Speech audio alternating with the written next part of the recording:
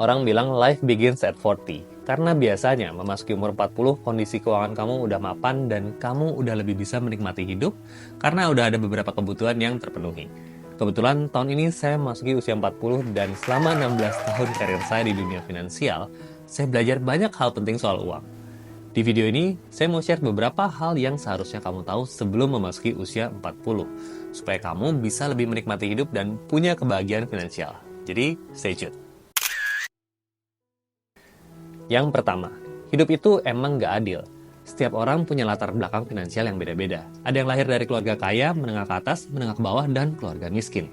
Ada yang terlahir sebagai anak tunggal, anak sulung, yatim piatu, atau sandwich generation. Oleh karena itu, perjalanan masing-masing orang untuk mencapai kebahagiaan finansial pun berbeda-beda. Semakin cepat kamu sadar dan menerima ini, maka semakin bijak juga kamu dalam menjalani perjalanan finansial kamu. Nggak perlu banding-bandingin sama orang lain, apalagi beli barang cuman untuk bisa ngimbangin gaya hidup teman-teman kamu. Yang kamu perlu bandingin adalah diri kamu sendiri. Kedua, hoki atau keberuntungan itu ada. Kamu pernah ngerasa nggak sih ada teman kamu yang punya pekerjaan bagus, karir dan bisnis lancar, ada aja rezekinya. Saya percaya hoki itu ada buat orang yang siap untuk ambil kesempatan. Jadi, kalau kamu mau jadi orang yang hoki, siapkan diri kamu, punya semangat dan mindset yang positif, punya attitude dan perilaku baik, tambah skill set dan value diri kamu, supaya nanti saat ada kesempatan, kamu tinggal ambil. Karena nyatanya dalam berkarir, apakah kamu karyawan atau wirausaha, kesempatan itu ada di mana-mana kok. Pertanyaannya, kamu siap atau enggak? Ketiga, kebahagiaan finansial lebih baik daripada kebebasan finansial. Semua orang bicara soal financial freedom. Nyatanya nggak banyak orang Indonesia yang saat ini bisa merasakan financial freedom. Sebagian lainnya bisa merasakan financial freedom di usia pensiun dan mungkin nggak punya waktu lama untuk bisa nikmatin. Jadi, jangan terobsesi sama financial freedom. Jalannya panjang. Mendingan punya financial happiness, supaya kamu bisa tetap bahagia apapun tahapan finansial kamu dalam perjalanan kamu mencapai financial freedom. Caranya kamu bisa lihat di video ini. Keempat, investasi terbaik adalah investasi untuk diri sendiri. Yang lain nggak lebih penting dari itu. Kamu bisa kapan aja beli saham, emas, kripto, dan instrumen investasi lain selama kamu punya tabungan dan modal yang cukup untuk diinvestasikan. Harga itu naik turun, ada siklus ekonomi ekspansi, ada juga resesi. Kamu akan selalu punya peluang dan waktu untuk dapat harga murah. Tapi waktu kamu terbatas untuk bisa belajar dan mengembangkan diri.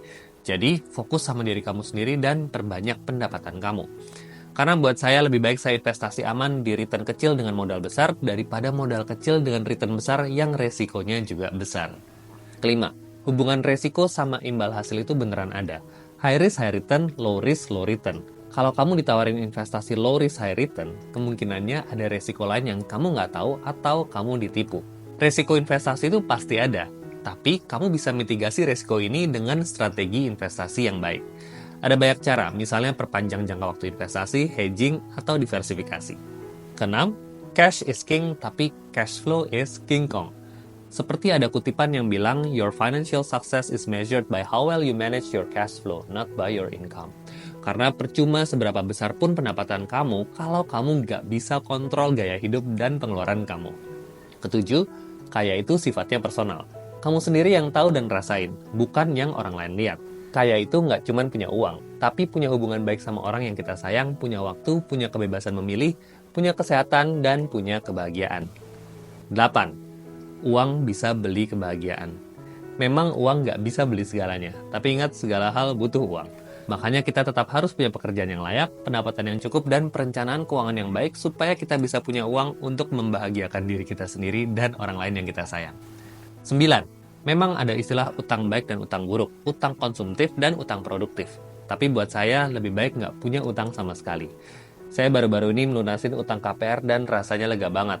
Seperti punya tambahan pendapatan di rekening setiap bulan yang bisa saya tabung. Bahkan kalau kamu punya utang produktif sekalipun, misalnya seperti KPR atau kredit usaha, usahakan untuk lunasi lebih cepat. 10. Investasi nggak akan buat kamu kaya. Investasi itu bukan cara untuk kaya instan. Dulu saya pernah ikut skema investasi yang nawarin untung ratusan persen. Karena serakah saya nggak tarik untungnya, nyatanya itu investasi bodong dan uang saya malah hilang. Saya lupa kalau hakikat investasi itu adalah menyisihkan sedikit dari pendapatan untuk tujuan finansial. Investasi yang benar itu tumbuh perlahan dalam jangka panjang, bukan dalam satu malam. Nah, Itu tadi 10 hal penting soal uang yang menurut saya kamu perlu tahu sebelum umur kamu 40. Saya yakin kamu sendiri pasti punya pengalaman soal uang. Boleh share pengalaman dan pelajaran berharga kamu soal uang di kolom komentar ya. Kalau kamu suka sama videonya, please share buat yang butuh dan subscribe buat yang belum. Sampai jumpa di video selanjutnya.